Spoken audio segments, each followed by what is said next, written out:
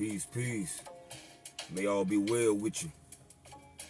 It's my narrative broadcast from my perspective is power.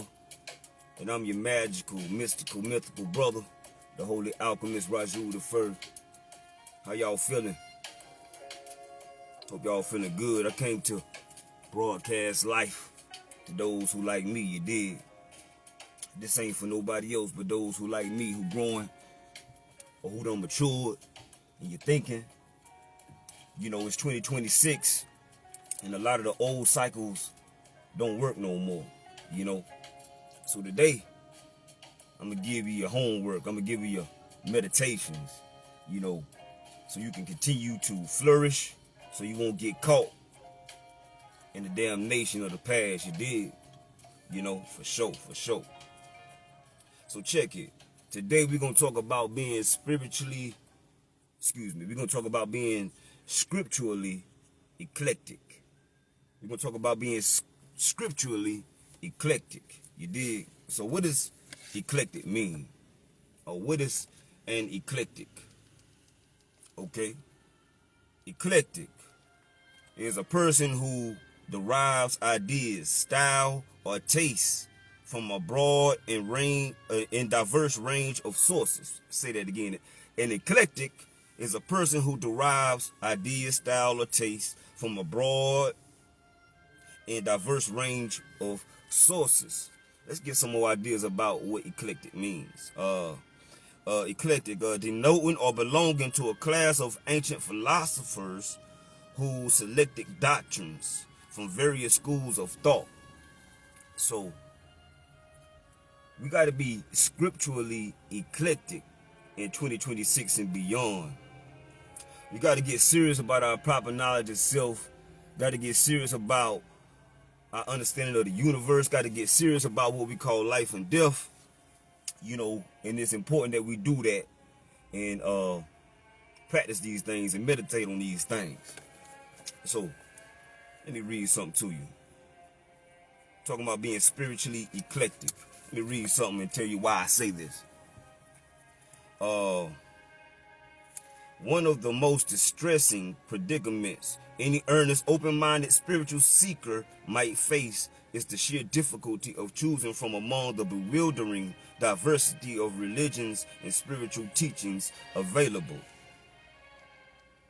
By their very nature, spiritual teachings make claims upon our allegiance that are absolute and all-encompassing.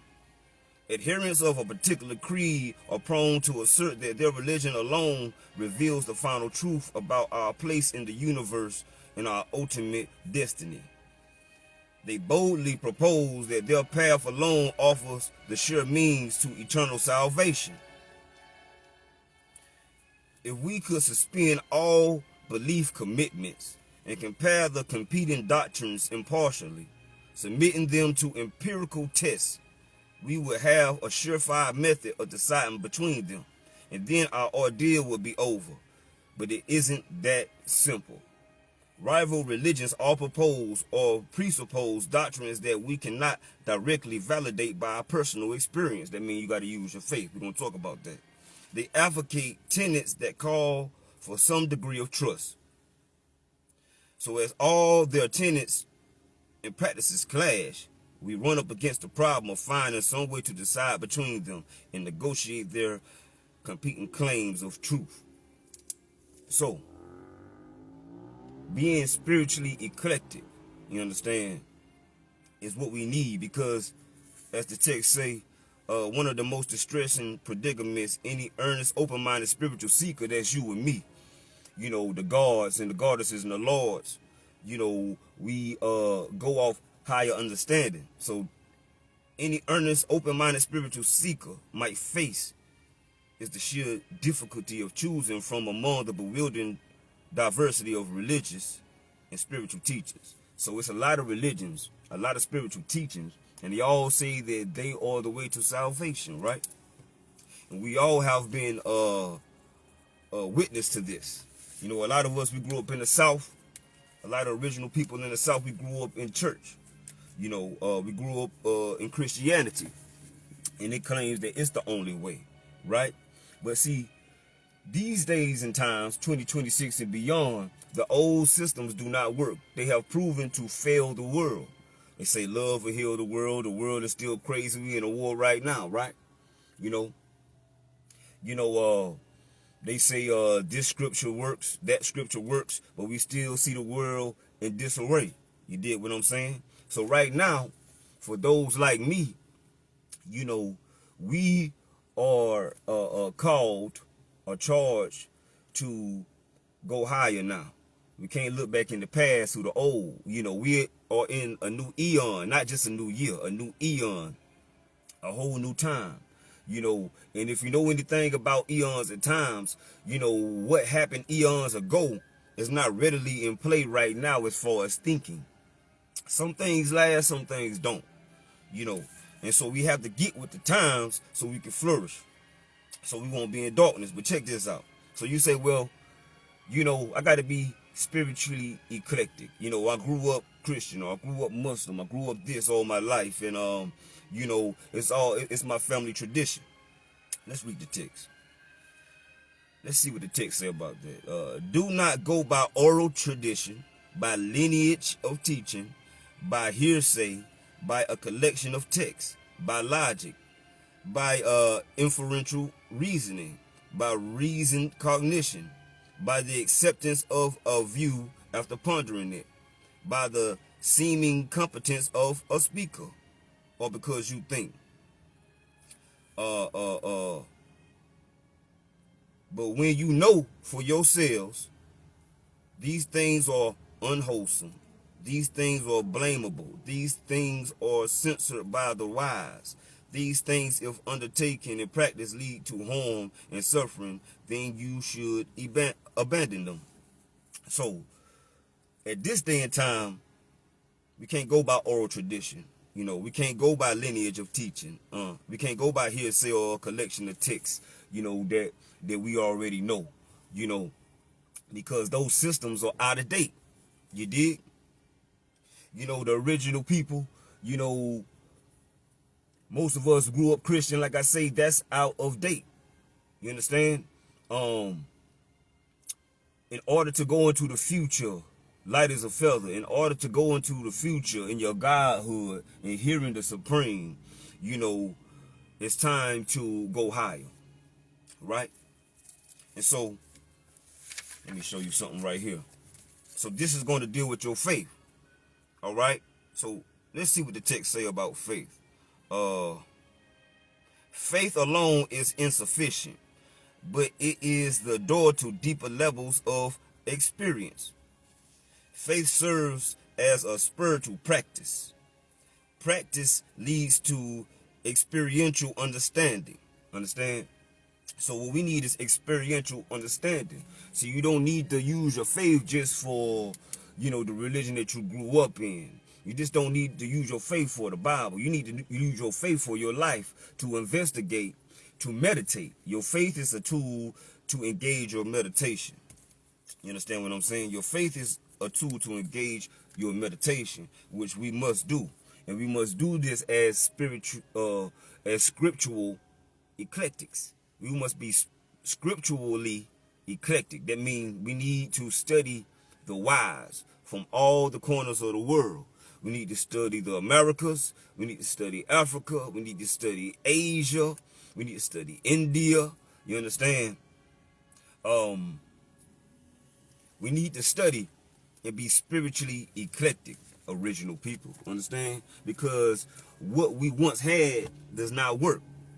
And because the reason why it don't work is not just because we're in a new time, but it's also because what we've been meditating on has not been pure, has not been right and exact, and it has been something that we have been victimized from, as far as captivating our thoughts. We grew up a Christian, this is the only way, like the text say. A lot of other religions say the same thing, but we must be spiritually eclectic in these days in order to grow. Understand?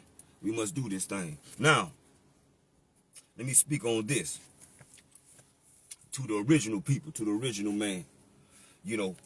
to the original man and woman, but speaking to the brothers like me, 2026, you a leader, you the head of a house, you are an example, and we must now, answer the questions, that we didn't have answer. We must understand life and what they call death. We must understand what happens after we leave this earth. See, we was told that you can't understand that, but we can. That's why your brother here, your magical, mythical brother here to broadcast the life to you. I'm giving you your marching orders, your assignment, your homework, your meditations. So, I'm going to be specific about this, give an example, and take this to your creative life as well. See, I grew up Christian, right? A lot of us grew up Christian in the church, and so I say this with authority, understanding the experience that I've had. And so one of the biggest things that's holding the original man back is Christianity and the faith in Jesus. It takes your confidence. Understand? It doesn't give you your proper knowledge of self. I was watching a podcast, I think Kurt Franklin, The King's Table or something like that. And I was listening to the brother talk. And it reminded me of all the Christian men that I know. They always say, hey, I'm nothing without God. You know what I'm saying? I'm nothing without Christ. I'm nothing but a wretch. You see what I'm saying? I wouldn't be nothing. That's why, that old religion is not your original religion. It takes your confidence. So if you're nothing without Christ, if you're nothing without Jesus, and you just this wretch, and you just this bad person, then I don't want you around me anyway. You know what I'm saying? Because you barely follow your so-called God to the teeth now. You know what I'm saying? So I don't want you around me anyway. If you just that bad of a person, you got to have Jesus in your life to be all right. You see what I'm saying? Now, we are born righteous. So you got to understand that you born perfect, and that your meditations and your studies only enhance you. You understand? And you understand what your marching orders are, what your purpose is down here. But if you think that you are nothing, you see what I'm saying? That sounds just like colonialism, I think they say. Or that sounds like the conquistador calling you a nickel. You're nothing. Your whole Bible tell you that you're nothing. I've also seen it in the Quran. Which is why now we have to be spiritually eclectic. You see what I'm saying? And study the corners of the world and study the wise men. We need to study the Americas. We need to study Africa. We need to study Asia. We need to study Europe. We need to study India. Understand? Okay. But this is one reason why we must study. And I say, for the original man, you got to get off the Christianity. You got to get off just the Bible. You need to go, be a spiritual eclectic. You need to be scripturally eclectic. You can't be that just reading one book. But let's see why. All right, so I grew up Christian. You understand? And I understood that, hey, after my deep studies, studying the Bible several times over, and going deep, I realized that, this message is faulty. This message is not pure. For me, it doesn't strengthen me properly. You get an appearance of strength, but you are really weak. So let me read this to you in this text, why I say that, and why we must be spiritually eclectic. The writer of the epistle to the Philippians represents their position. He observes, I have heard some say, unless I find it in the ancient writings, the originals or archives, I will not believe it to be written in the gospel. And when I said to them, it is written, they replied to me, it is found written before, in what they call the uncorrupted originals. To me, he says, Jesus Christ stands instead of all the uncorrupted monuments in the world, together with those untouched or incorruptible monuments.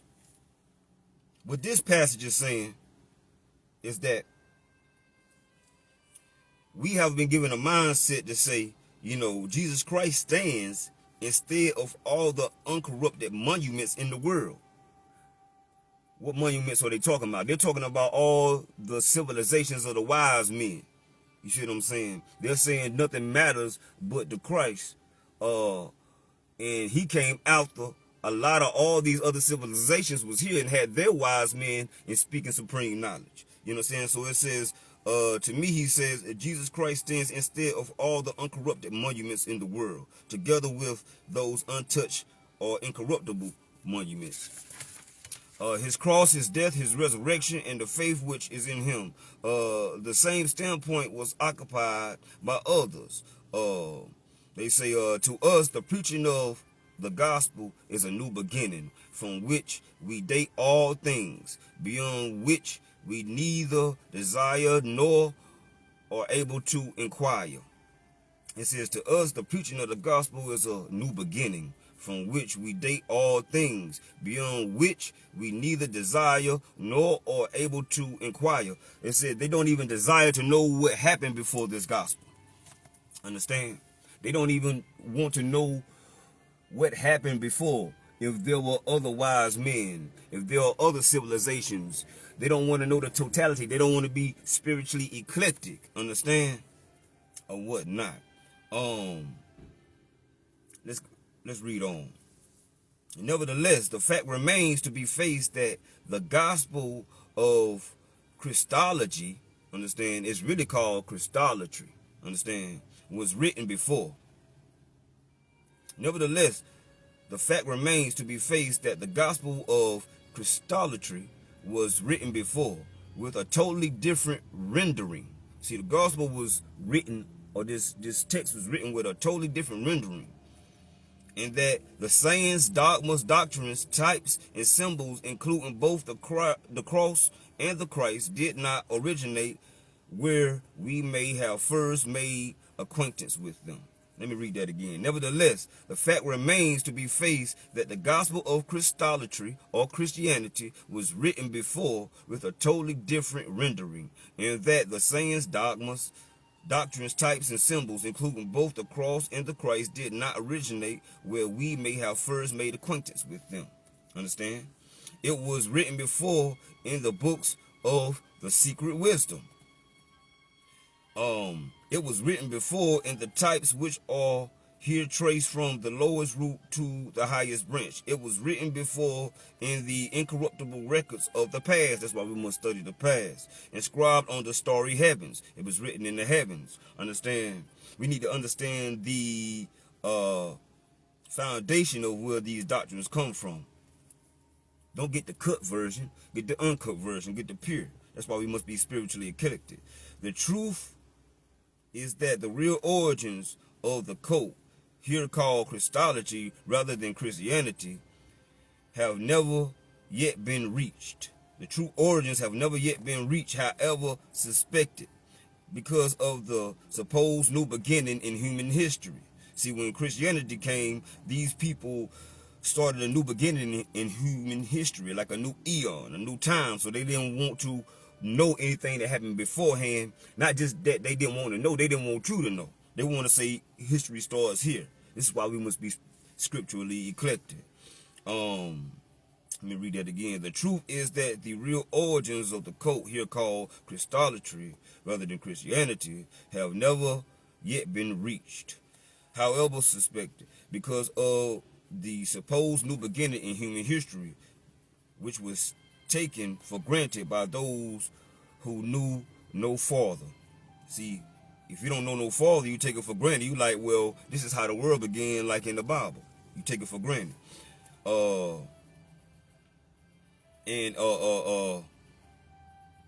It say, the truth is that the real origins of the cult, here called Christology rather than Christianity, have never yet been reached, however suspected, because of the supposed new beginning in human history, which was taken for granted by those who knew no further and who had no desire to know. They had no desire to know. Why?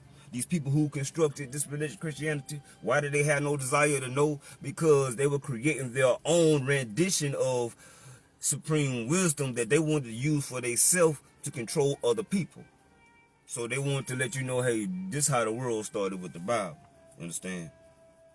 The evidence, however, could not have been adduced before the mythology, typology, and Christology of Cam or Kemet were discovered in the keeping of the mummies. And this, okay, let me say that again. Where did this Christianity come from? Why must we be scripturally eclectic? It say, the evidence, however, could not have been adduced before the mythology, typology, and Christology of Cam or Kemet of Egypt of Africa. Meaning that they could not have a Christianity before Africa, before the original people, before Kemet, before the original people. Because what they're saying is we have text, we have spiritual teachings, we have culture that show that we are the Christ people. We have culture that show that we are the original people. We have culture to show that we are the heavenly people before there was a Bible. Before they put a Bible out and gave you a narrative about that, they got inspired by the original people, understand, or whatnot. So why is it important for the original people to be spiritually eclectic and scripturally eclectic right now and to continue to grow? Because you are an intellectual. You are an intellectual. You're wise, and we're going into this new time, and we leaders, and you got to be intellectual. Let me tell you why this is important. It often happens that the Negro intellectual loses confidence in his own possibilities and in those of his race to such an extent that despite the validity of the evidence presented in this book, it will not be astonishing if some of us are still unable to believe that the so-called blacks really played the earliest civilizing role in the world. Understand? So your confidence has been hurt, to the fact that you don't believe or you can't fathom, that you brought the first understandings of wisdom to the world. That you the gods and the goddesses, that you the lords. Your confidence has been hurt to where you say Jesus is the only way that you can be fixed, and that you're nothing without Jesus, you're nothing without him, and that you just a wretch, that you just a sinner, no good. It's because you have been given a lack of confidence in yourself. You haven't been given your proper knowledge of self. You understand? This is why I say we must be scripturally eclectic. Now, your assignment and what we must continue to do, we must study the Americas, we must study Africa, we must study Asia, we must study Europe, we must study India, we must study all the wise, understand?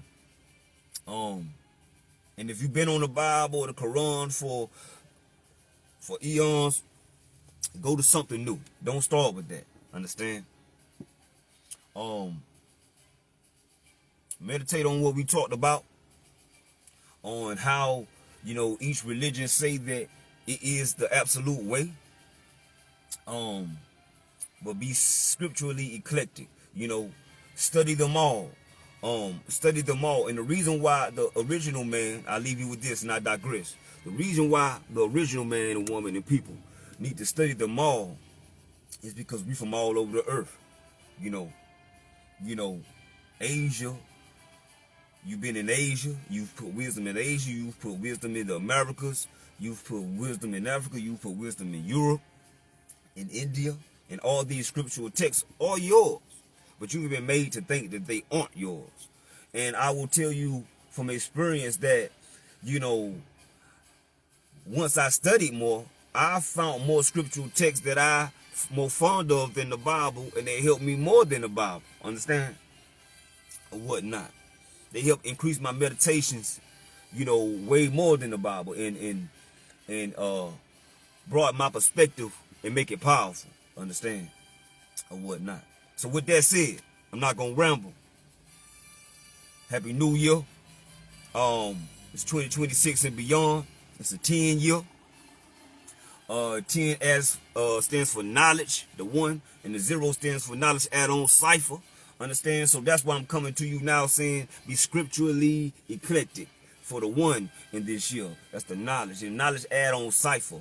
Understand? That means after you be spiritually eclectic, you know, you're going to keep growing. And I'm going to keep building with you, inshallah. You know, my supreme advisors, you know, advised me to broadcast to my brothers and sisters, because it's that time.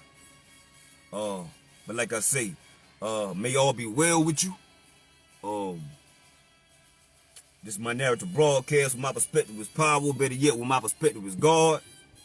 Like they say, you know, the pen is mighty as the sword, but the pen is only as mighty as the narrative. You dig? And with that said, this your magical, mythical brother, the Holy Alchemist, the God Raju, the first big God, with the big G, not the little G. May all be well. Till next time.